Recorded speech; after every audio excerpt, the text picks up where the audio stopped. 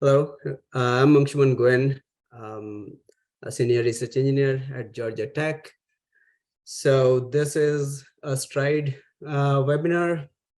STRIDE Center is a 2016 USDOT Region 4 University Transportation Center. It comprises of these 10 universities, as you see on the screen. So this webinar is for STRIDE Project E4, Innovative Intersection and Interchange Designs and their use across the Southeast. We have 4 university partners here.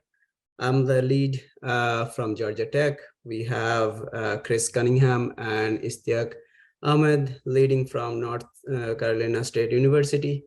We have Tabitha Combs leading the University of North Carolina at Chapel Hill group, and Hugo from Auburn University, Hugo Zhou from Auburn University. So I'll start with the presentation for the Georgia Tech portion, and then we'll have the other 3 speakers speak about the other three research tasks. So to give you a background here on the overall project, so over the last few decades, it has become quite apparent that in certain contexts, there is a need to improve operational and safety performance of conventional intersections and interchange designs. To meet this need, several unconventional or innovative intersections and interchange design approaches have been proposed and implemented as a replacement for these conventional designs. Some of these approaches, notably the roundabout and to some extent the diverging diamond intersection, has been demonstrated to have significant safety and delay benefits and has been implemented on a large scale, and so to say have graduated from this group of innovative intersections. So the ones we have, here are a few examples. The median U-turn or Michigan U-turn, as it was used to be called formerly, the restricted crossing U-turn or RCUT, the divergent left turn DLT or continuous flow intersection CFI, and the quadrant intersection. So I won't go into details about these, but most of these, like for the MUT, means they are displacing the left turn further down from the intersection. And these mostly work on the principle of avoiding conflicts at the intersection to improve safety and operations. So for this project, means so we had 4 broad research objectives, and each of these were taken up by the 4 universities. So the first one was the development of movement based SPFs at grade separated intersections, development of methods to so the first one is taken up by NCSU. The second one, the development of methods to improve the performance of existing innovative intersection and interchange designs from the pedestrian and bicycle perspective, is led by UNC. The development of general calibration methods for specific turn movements related to innovative intersection using analysis based on Naturalistic Driving Study data is done by Auburn University. And the last one, the development of a methodology to test emission differences for innovative intersections through simulation, is led by Georgia Tech.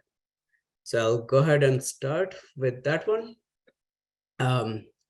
So here we're looking at the impact of restricted crossing U-turns on vehicular emissions. My project team comprised of Kyle Robinson, Hallie Untang, Somdut Roy, and Michael Hunter. The first 3 of those are students at Georgia Tech, and Michael Hunter is a professor. So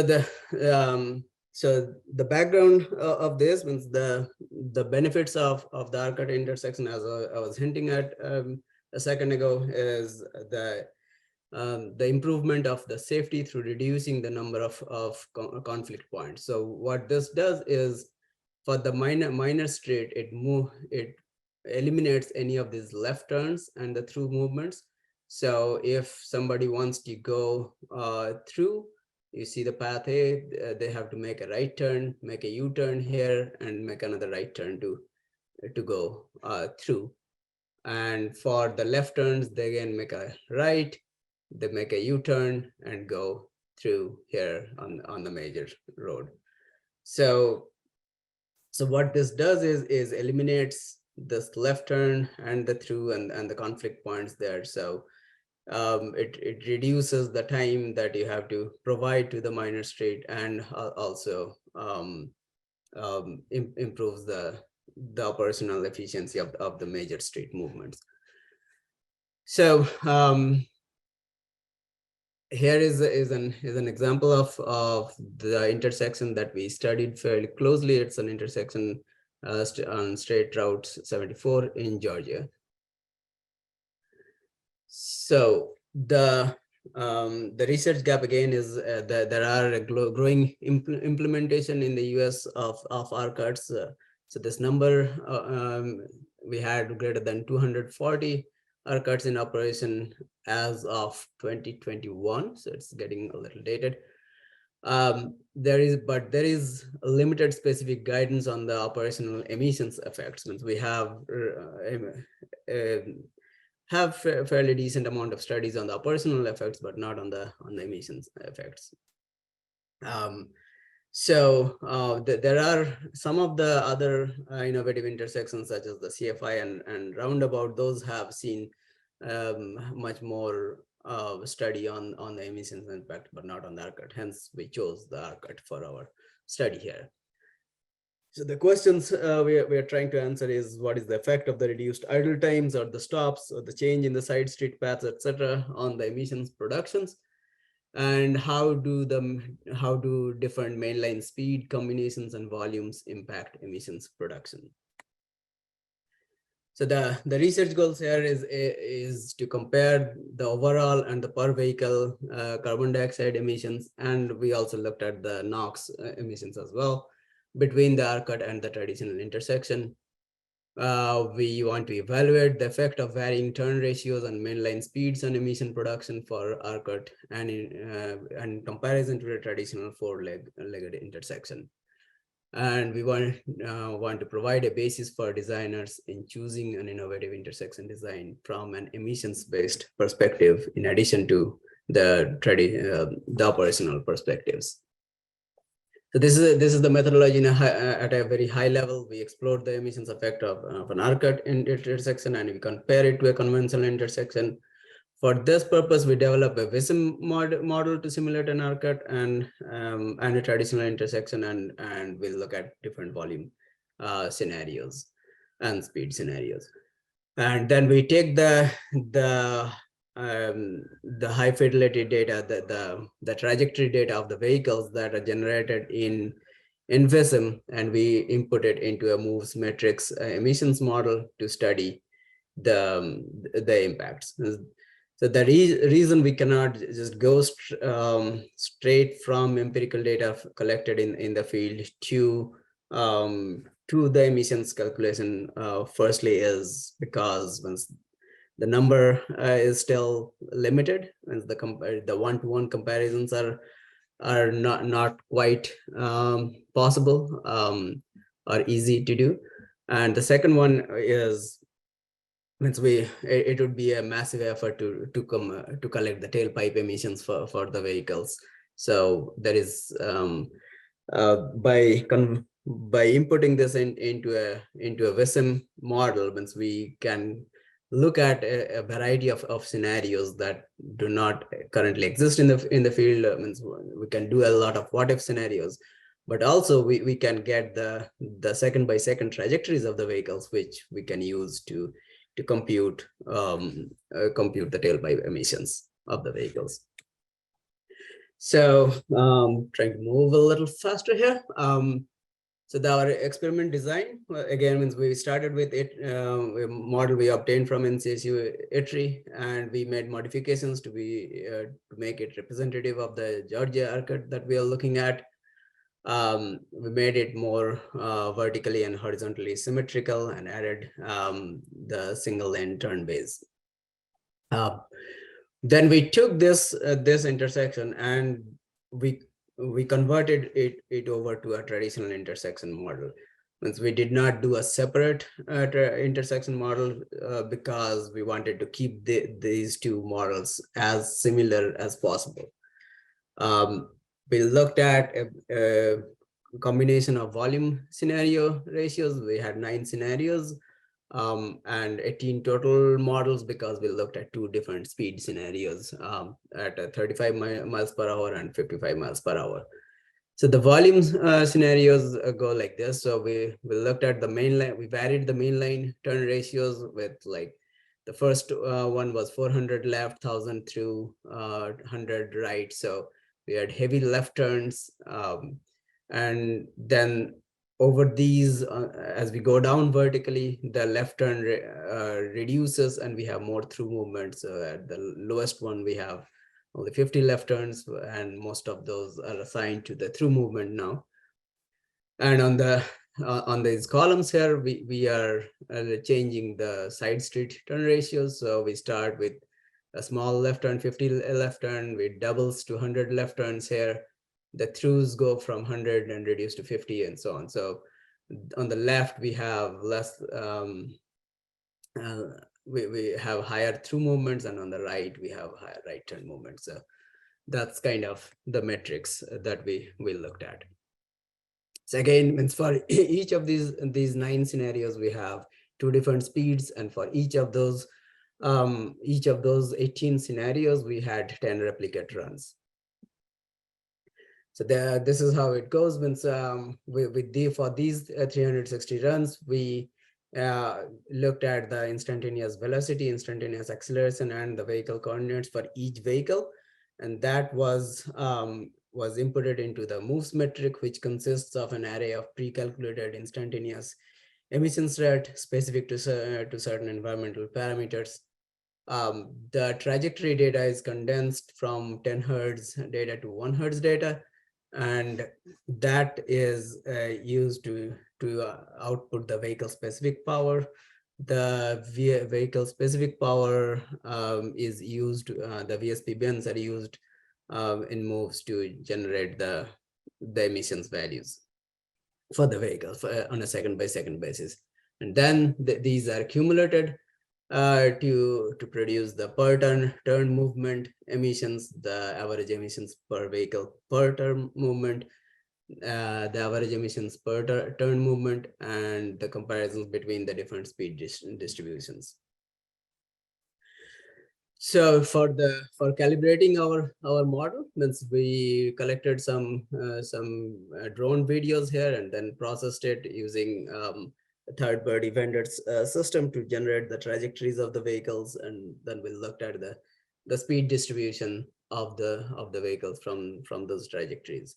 So those speed distributions were used to generate the desired speed distributions in VSIM. So we calibrated the curve for the desired speed distribution in VSIM. So this is the one for the 35 miles per hour. We had one more for 55 miles per hour. So the reason we went with these 2 speeds, the 35 and 55, because the mainline distributions were normalized around those 2 numbers in our data. So for the signal timing, the timings were optimized in synchrotron to minimize the delay, and the ring barrier controllers were implemented in VSIM for the study intersection. For the RCUT intersection, means we did this both for the RCUT and the traditional intersection. So the traditional intersection had a dual ring control timing plan with the protected permissive left turn here. Okay, for the data collection, for the post-processing of the data, we used a bounding box here so that means we are doing an apples to apples comparison. So instead of we limited, instead of going with the extents of the model, means we had longer queue lanes or a longer length here to allow for queues to accumulate and such, but we made sure that the two model comparison was done within this box of 450 meters by 500 meters. So the results were on this was kind of expected. So we have the CO2 emissions plotted on the y-axis versus the different turn movements. So our main line was east and west, and the northbound and southbound represents the minor street movements. So as we expect, the northbound left, the southbound left, and northbound through and southbound through, these have about a 50% jump in their CO2 emissions, primarily because the travel path almost doubled within this box, right? So we see the same patterns on both the 35 miles per hour and the 55 miles per hour plots. Looking at the results aggregated by the volume scenarios, once again, our 7, 8, 9 are the high mainline through movement scenarios. So we see that in the first two cases where we had heavy left turns in the main line and heavy through movements in the side street, means we see that the RCUT had marginally worse performance in terms of emissions than the traditional one. But as the through movements on the main line increased, especially in these last three scenarios here, means you'll see that the difference between the improvement in RCUT is much more than the traditional one, simply because the number of vehicles that are getting affected, which are moving much more smoothly in the mainline through movement in the RCUT versus the conventional one. We see similar trends in the NOx. In the overall numbers are a little higher, and so are the differences here in the 55 miles per hour case than the 35 miles per hour. So we see similar trends for NOx here when we look at by turn movement. Once again, the left and through for the minor streets are seeing a decrease in performance for RCUTs.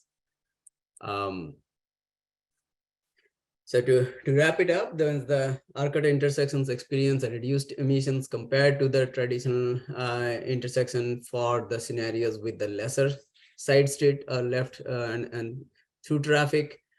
You see here on this plot here, where we have the average CO2 emissions on the y-axis and the traditional or the conventional intersection performances in blue and the RCUT represented in red.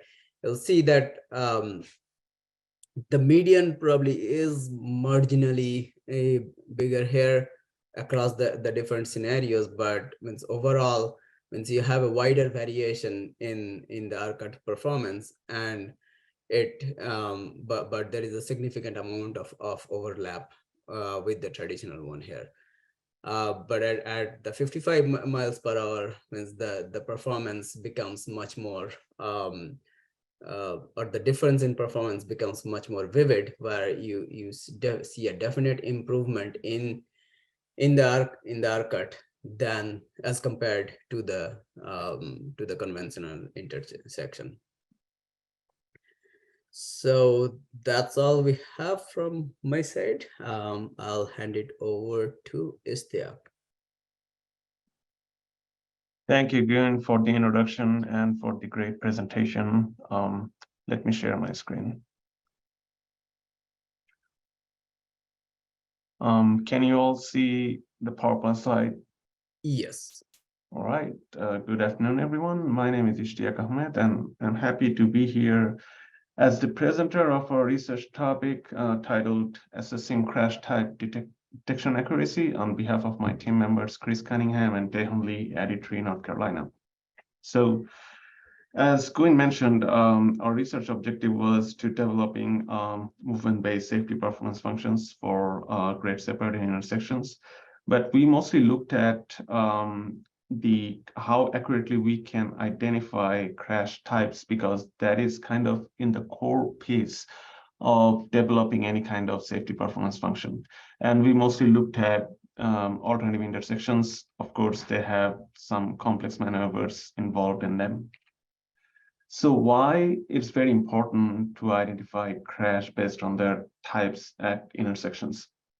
At intersections, this categorization of crashes by their types and direction of movements of the involved units is the first step for diagnosing any design or operational flaws. One basis for categorizing crashes at both grade separated or at grade intersection is the conflict point type, where two or more paths may cross. Now, the advantage is that it's important for implementing targeted treatments, for developing better predictive models for the crash frequency, and also developing a robust framework for safety evaluation of alternative intersections. Go back. So some recent studies showed that categorizing crashes by their conflict point types has some benefits in terms of predicting crash frequencies. So on the right-hand side diagram, you can see the conflict point types at a conventional intersection. Conflict points are defined as the meeting point of any two vehicular movements or any units for that matter. And this is important because crash severity and like road geometries are often attributed to some different types of conflict points. Of course, it's more important for alternative intersection as well, because it includes some complex maneuvers. And if someone wants to see the relationship between those maneuvers and a particular crash type, it's important to categorize those crashes by conflict point types. Here you can see the three conflict point, that's the standard definitions of conflict points. One is called the crossing conflict, the other one is diverge, and the other one is merge. The terms are pretty self-explanatory, but just to give you a more elaborate definition, for example, if you can see my cursor here, C1 is the conflict between two movements, one going westbound through and the other going southbound through. And the diverge is when the path of two vehicles that are coming from the same direction are diverging at a point, such as D5 or D6 here. And merging is where two vehicles paths who are coming from two different directions and merging at toward the same direction. So the main challenge of categorizing crashes based on these conflict points or in any other aggregation process is to obtain detailed crash data from the public agencies and to identify the correct movements and directions. The reason it's very challenging is that now many public agencies have restricted access to those data, the detailed crash diagram as shown in the bottom picture, and the narrative as well, because they oftentimes contain sensitive information and there is a growing concern of data breaches. So public agencies nowadays share crash spreadsheet with the researchers if they don't share the actual police reports. The crash spreadsheets contain useful information about the unit movement in a coded format. For example, eastbound through, dash eastbound right. For example, if you look at this crash in the bottom, and the crash spreadsheet told us that unit 1 maneuver was eastbound through and unit 2 maneuver was eastbound through. It's hard to get the actual conflict point type sometimes if the code is not reflecting the actual maneuver type. If you see the diagram here, and the narrative also said that the front vehicle was actually turning right, that makes this crash a diverging type, not a rear end type. All right. But if we were to use the spreadsheet only, the movement code said that it was eastbound through dash eastbound through, and one could have assumed that this is actually a rear end. So there is a potential source of error if we only look at the movement codes and not at the diagram and the narrative. Another issue is that the intersection alignment. So let's say the police are reporting the crash, assuming that this road is going east-west. But because the intersection alignment is like cross-shaped, not like it's not aligned with the compass cardinal directions, the geometric data or the traffic operational database could assume that this is actually not east-west, it's actually north-south. I mean, it's hard to say because it's actually 45 degrees compared to the cardinal directions of compass. So the intersection alignment is important, and it's hard to get what's the actual road name and its direction only from the movement code. So our objective was to test the accuracy of the movement codes of crashes to detect conflict point type. The main motivation, as I said earlier, is coming from the fact that public agencies are now restricting the access to the actual police data or the police report, and we only can get our hands on the movement codes, which are like this.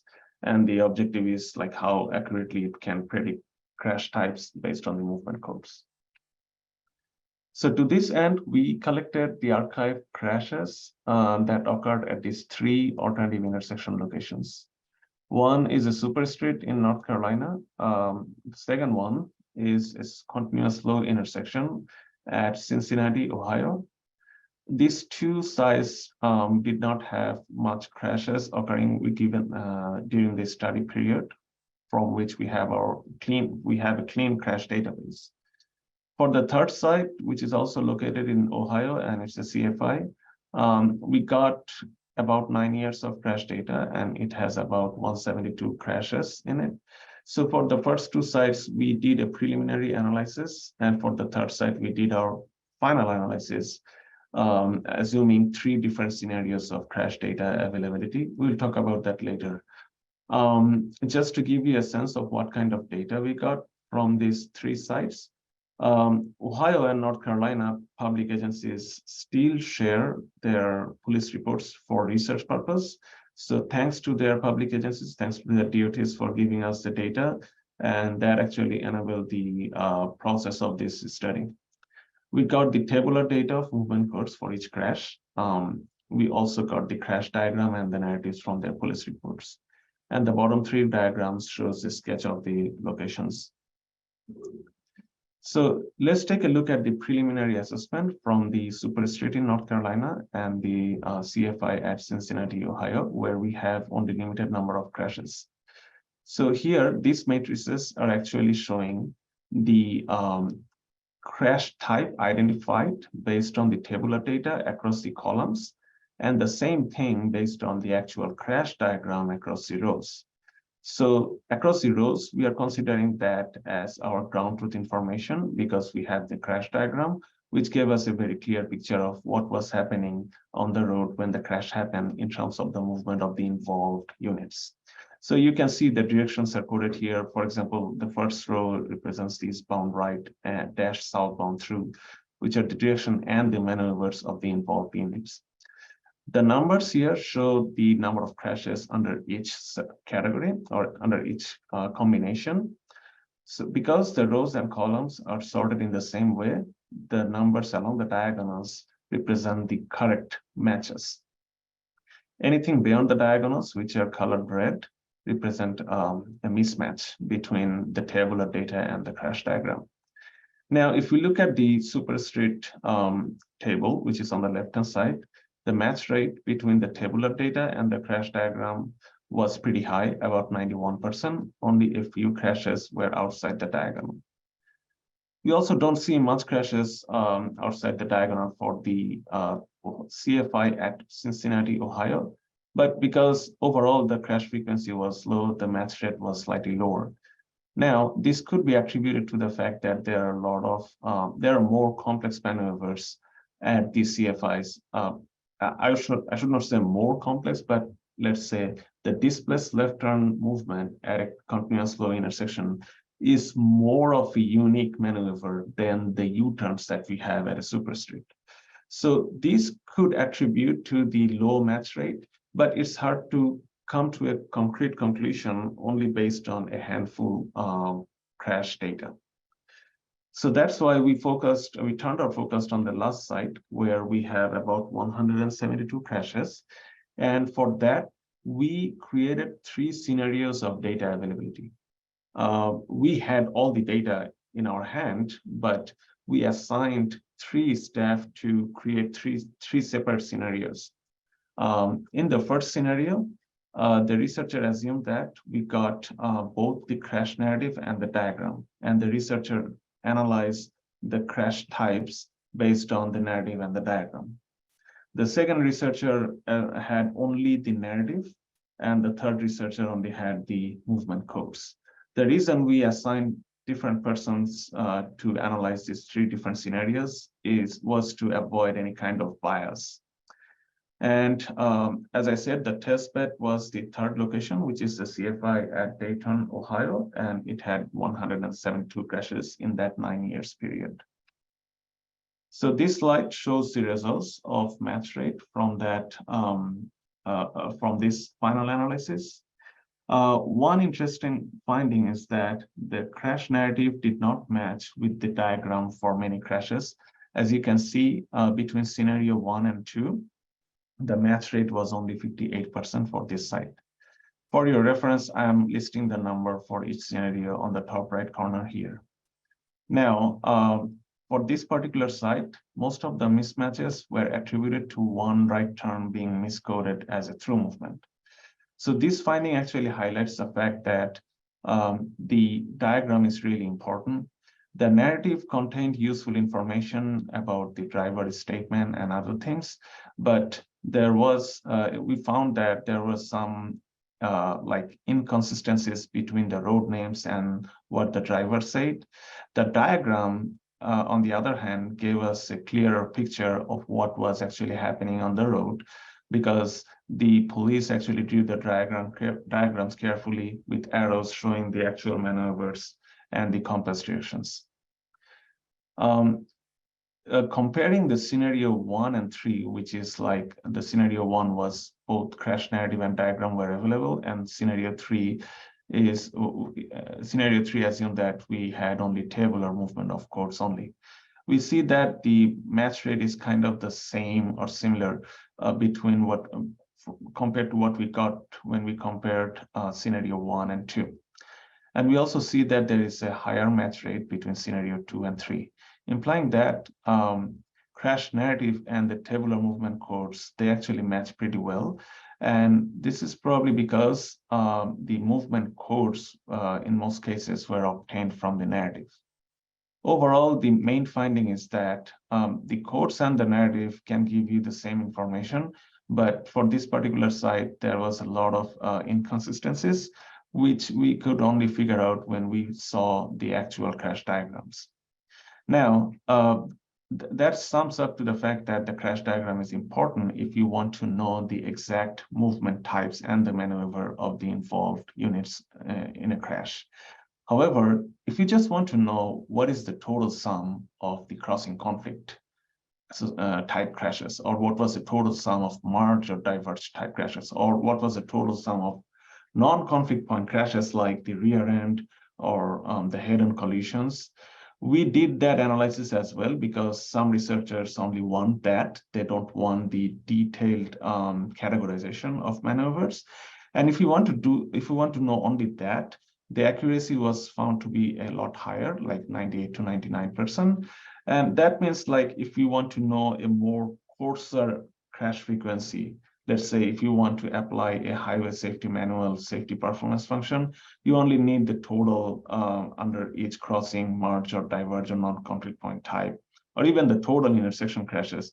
Then we actually don't need the crash diagram. Only the crash codes are sufficient, and only the crash locations are sufficient to know whether or not that crash happened within the intersection boundary. However, it comes with the limitation that, of course, if we go for such a coarser grouping, we cannot tie any movement specific attribute to that crash group. So the main findings from this study is that it's very important to have a careful assessment of the crash description and narrative if we want to go for a model that requires a classified crash frequency. Because there is a data breach concern, de-identification and sanitization of the crash diagrams and narratives in the police report is very important so that the researchers can access them without risking any data privacy. We found that like some important features to consider for crash classification like this. One, we saw that the intersection alignment with the compass direction is very important. If it is not aligned with the north-south and east-west direction, one has to be more careful just to make sure that there is no miscoding of the directions. Unique geometric attributes like displaced left turns and U-turn movement can cause more confusion than for a traditional intersection. And we also found that lane configuration is important to distinguish between turning movements and through movements, because on a shared lane, a vehicle on a shared lane can have both movements. And when the police are reporting their statements, they're more focused on dealing with the crash than on correctly classifying the movements. On the exclusive lane, it's actually more straightforward because in most cases, the vehicles are on the exclusive lanes are intending to go toward that direction. Now, we have an ongoing research that is applying the lessons learned and the findings from this study. This is funded by the North Carolina Department of Transportation, and where we are classifying crashes between 2016 and 2019, crashes that occurred at 300 intersections in Charlotte, North Carolina, for developing a model based on its different movement pairs so that we can see the effect of the geometric attributes and traffic operational features. So that's all from my presentation.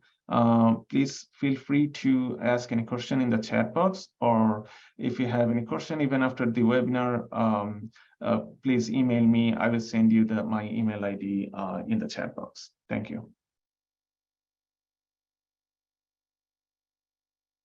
You're up, Tab. Just a quick note, since we are running a little long, so if Tab, if you can keep it to 10 minutes, I think we'll have a few minutes left for question and answers at the end. All right, I will do my best. So my name is Tab Combs. I'm a research associate at the University of North Carolina in the Department of City and Regional Planning. And I'm talking about the performance of alternative and innovative intersections on safety for pedestrians and bicyclists today.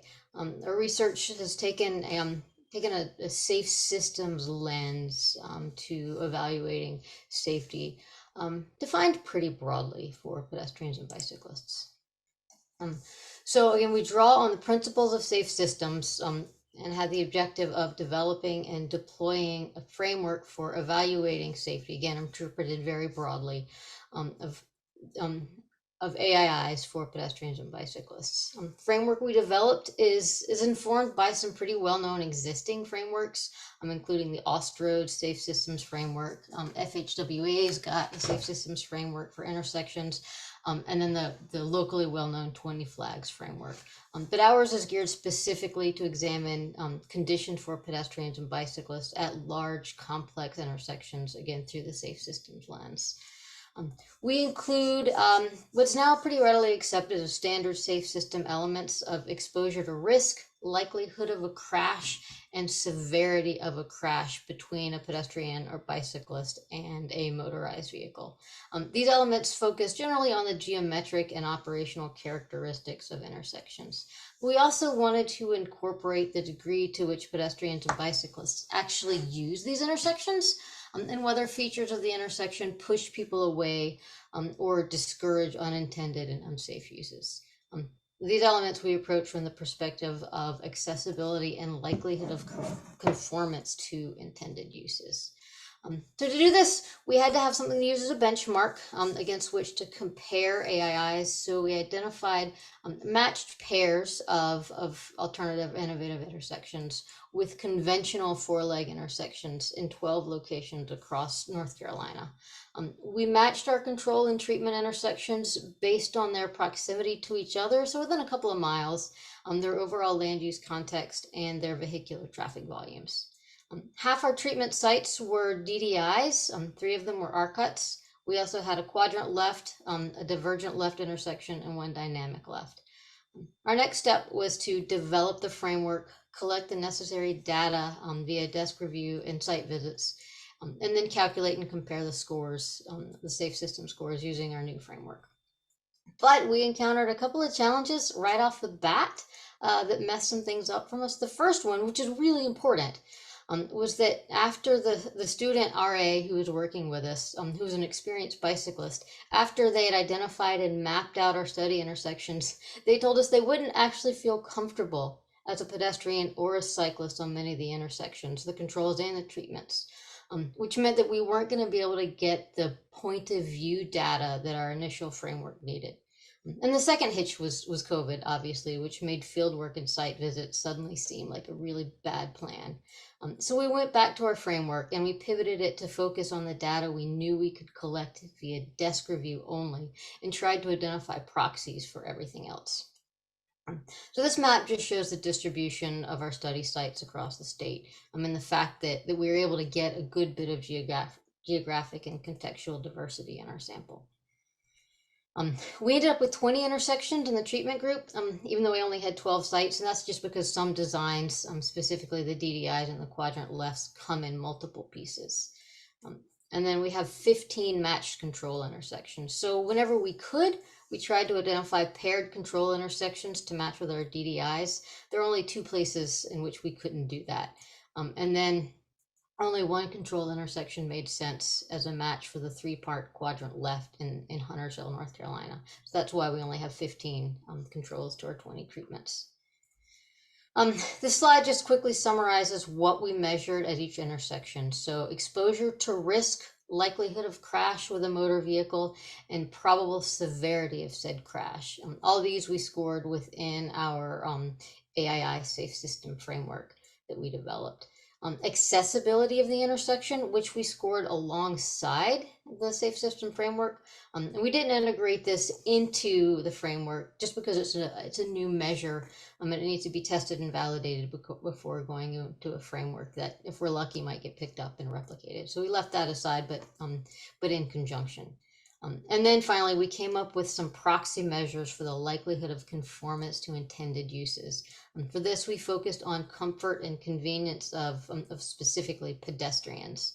And again, we kept this element out of the main framework as well until it can be refined and validated, and hopefully expanded to include bicyclists.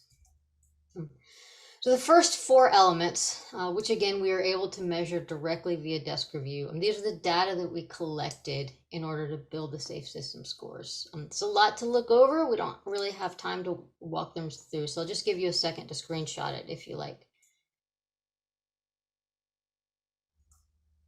Okay, and then this is how the scores shake out across the intersection groups. Lower scores are better here. I've circled them in green. For the treatment intersections, they tend to score lower, and so safer than the controls for pedestrians and overall, and higher or less safe or the same as the control intersections for bicyclists. But these differences are really small, and in a lot of cases can probably be eliminated through some low-hanging fruit, like operational changes, rather than needing to physically reconfigure intersections. But essentially, we're saying we're not really getting a dramatic improvement in safety with the introduction of the new intersections. But more to the point, I think we're also seeing the effect of age here. AIIs are newer, almost by definition, and thus more likely to have modern amenities like pedestrian signals and refuge islands. It's likely, though we definitely need a bigger sample and a deeper analysis to confirm it, it's likely that the difference in the safety scores between the 2 groups of intersections can be explained by the fact that the treatment intersections have just been invested in more recently than the control ones. And those investments have included upgrades to ped bike infrastructure. The AIIs are also more likely to have curbs and gutters, sidewalks with ADA ramps, bike lanes, painted crossings, pedestrian signals, and refuge islands. So the same things we'd expect to see in a conventional intersection that's being constructed today. And this kind of leads me to conclude that as implemented now, AIIs aren't inherently offering a substantial safety benefit to peds and bikes versus control intersections. And the benefits they do confer may simply be a reflection of contemporary practices of including ped-bike accommodations in intersection construction than physical or operational configurations of the automobile traffic. The fifth element, which was the likelihood of conformance to safety infrastructure, is the one that we proxied via measures of presumed pedestrian comfort and convenience. And I say presumed here because the literature is surprisingly scant about what provides comfort and why it matters to pedestrians at big intersections. But I think we can make this presumption based on a few pretty defensible assumptions. The first is that we assume that the route that intersection designers intended pedestrians to follow to traverse an intersection, and therefore the one that they've marked and signed, is the safest route available, assuming that that route is followed. We presume that pedestrians will balance what they perceive as the safest route with what they perceive as the route that's most comfortable or convenient.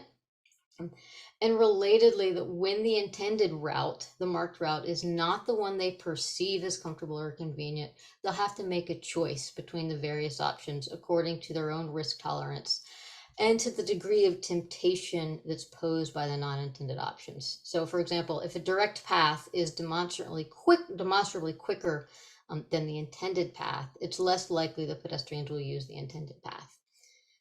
And finally, we posit that comfort can be reasonably estimated via the presence of crossing aids, relative crossing distances, exposure to traffic and other hazards, wait time, and overall complexity of the crossing.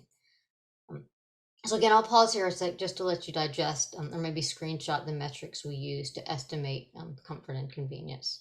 Note, we didn't include wait time in this evaluation since the only way to really capture it from a pedestrian perspective is through manual on-site data collection. And we also didn't capture exposure to non-traffic hazards or to traffic hazards that are present at waiting locations, like refuge islands, because again, they required site visits that we weren't able to perform during our data collection phase. But we did get a lot of other aspects of comfort, which gives us enough to get some preliminary results. So these are the actual numbers. Didn't convert them to scores because this part of the framework's not developed yet. So these are the numbers for control intersections. Now we'd hope to see substantial improvements for AIIs, especially given their younger ages, but we don't really see that. I've circled here the theoretical, more comfortable figure for each metric. And it's a pretty mixed bag. I think we can say that the new intersections do appear to have some advantages over conventional intersections, more likely to have marked crossings on all sides. But to be fair, they're also just likely to be newer and in keeping with the overall trend towards creating multimodal spaces. So it makes sense they'd be more likely to have comprehensive ped-bike facilities. In terms of crossing distances, conventional intersections have a clear advantage, but it's worth noting that these are still very long crossing distances. And this is total crossing, not on a per leg basis. In some cases, there's the penalty for following the intended path on an AII can be 50% longer than following a direct path. That's a pretty big difference. As for exposure, unsurprisingly, AIIs provide much shorter individual legs. It's one of their selling points.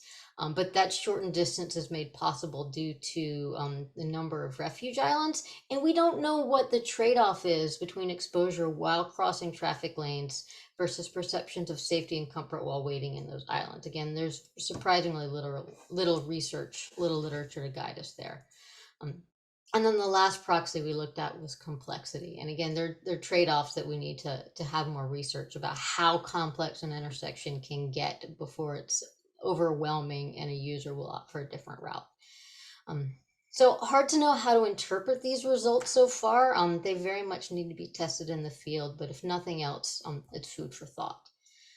So conclusions briefly. The first, Alternative and innovative intersections appear to perform slightly better than conventional intersections on our safe system metrics, but this could be due to their newness rather than their configuration.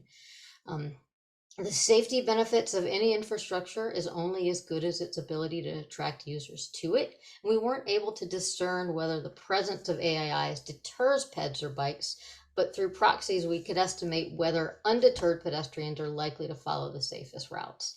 The intended or safest routes have a larger distance penalty for AIIs, and they're just more complicated versus conventional intersections, but they do have shorter exposed distances per leg. We need to do more research into understanding how these different characteristics factor into user decision making, knowing that every pedestrian has their own risk tolerance. How do we make sure that the safest route is also the most attractive? And finally, I don't want to overlook the fact that we had to scrap our original plan because our student, again, an experienced cyclist, didn't feel comfortable walking or biking on many of the intersections in our study. It's not necessarily a condemnation of AIIs, but really of our just historical approach to not accommodating motorized modes and our glacially slow pace in retrofitting existing large intersections, keeping with best practices for ped bike safety. AIIs may be better at protecting vulnerable road users than conventional intersections, but not dramatically so. And so if our safety for our most vulnerable road users is the priority, then we need to focus not so much on the newfangled, but focus on making sure that every intersection has appropriate facilities. And I will pass things over to Hugo to close us up. I will be very brief. What we did is using this NDS data. Those are show the location. We select the North Carolina and the Tampa. We have about 6 locations in for conventional intersection and 7 locations for RCUT located in Florida and North Carolina. About the trip, this is number of trip. We got a lot of trip for left turns, but very few for right turn, U-turn trip. And so I want to, this is just show you that speeds and how the trajectory we get for each movement for people make left turn and the right turn U-turn. And also we found the lane selection for those movements, how people are making the left turn. Some 74% they will tend to the left lane, and about 26% make a turn to right side lane. And those are the data we'll use to do the calibration, the simulation model. And another thing we found, the number of stop at intersection, you see about the 45% have a complete stop at the intersection. However, 55% of the driver, they just slow down at the stop. They didn't make a complete stop. That's based on NDS data we collect. So based on that information, we did some stopping behavior calibration for simulation model. We change, if you put the stop sign control, the software will assume everybody 100% will make a stop to 0. But we change that to speed, reduce the speed area, so to the 5 km/h. And so that will try to simulate that stopping behavior close to the NDS data. And also we changed another parameter is a clearance distance from default 5 meter to 62 meter. So that will capture the type of the stopping behavior and the merging behavior for the left-hand movements. So another thing we changed is deceleration function. We found when the driver come to intersection, how they decelerate is quite different from default VSIM model and also the NDS data. So this one just show the function. The default is the orange line, and NDS show the green one is that's the position, how they decelerate. So this is a deceleration function in the Vision model on left side is assumed very close to negative, like 3 kilometer per second square. This is we changed update based on the NDS data for the calibration deceleration function. So for the RCUT right-hand U-turn calibration, the couple of things we changed. Step 1 is the land utilization. We found 92% of the people making right-hand and U-turn, they will turn into the left side lane. Only 8% turn into right side lane. And also for the U-turn, 94% is going to turn to outside lane, but still 6% turn into the inside lane. That is a lane utilization. Second one is the stopping behavior. We changed the default minimum gap from 3 seconds to 3.5 seconds to match the NDS, and also change the stop sign control to the reduce the speed area to the 7 kilometers per hour. So for acceleration, deceleration function, we changed some, we compared the default NDS, and they found quite a big gap between these two. So those are the acceleration, deceleration rate function changed in from the default to the calibrate value. And this is show the default acceleration function change. And the waving speed also quite different. NDS, we changed the from default and then NDS speed.